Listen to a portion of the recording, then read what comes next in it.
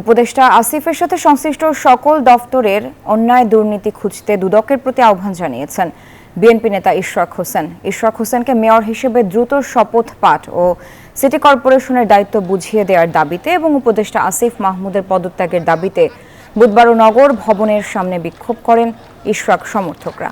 তারা বলছেন, দ্রুত সময়ের মধ্যে শপথ পাঠ না করিয়ে যারা কালক্ষেপণ করেছেন এবং এখন গেজেটের মেয়াদ শেষ হওয়ার বুলি আওড়াচ্ছেন, তারা একগুঁয়েমি আচরণ করছেন।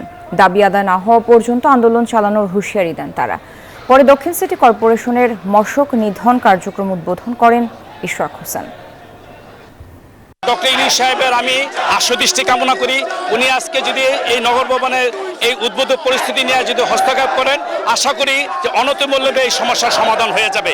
আমি অবিলম্বে বলতে চাই, ডক্টর ইউনূস সাহেবকে এই মন্ত্রণালয় থেকে আসিফকে সরিয়ে দেখ এবং গণতন্ত্র, বিচার এবং মানুষের যে অধিকার সবকিছু প্রতিষ্ঠা হবে। আমরা ঢাকাবাসীর পক্ষ থেকে বলতে চাই, অতি সত্বর উনি শপথ করিয়ে দায়িত্ব বুঝায় দিক। অন্যথায় ঢাকাবাসী যে কোনো আন্দোলন করেই কিন্তু সর্বদা সফল হয়েছে। ইতিমধ্যে আমাদের ইঞ্জিনিয়ার ইশরাক হোসেন বলেছে, যতক্ষণ পর্যন্ত আমাদের দাবি মানা না হবে ততক্ষণ পর্যন্ত আন্দোলন চলমান থাকবে।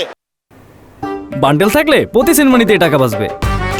বিকাশ সেনমানি বান্ডেল কিনে জিতুন প্রতি লেনদেনে।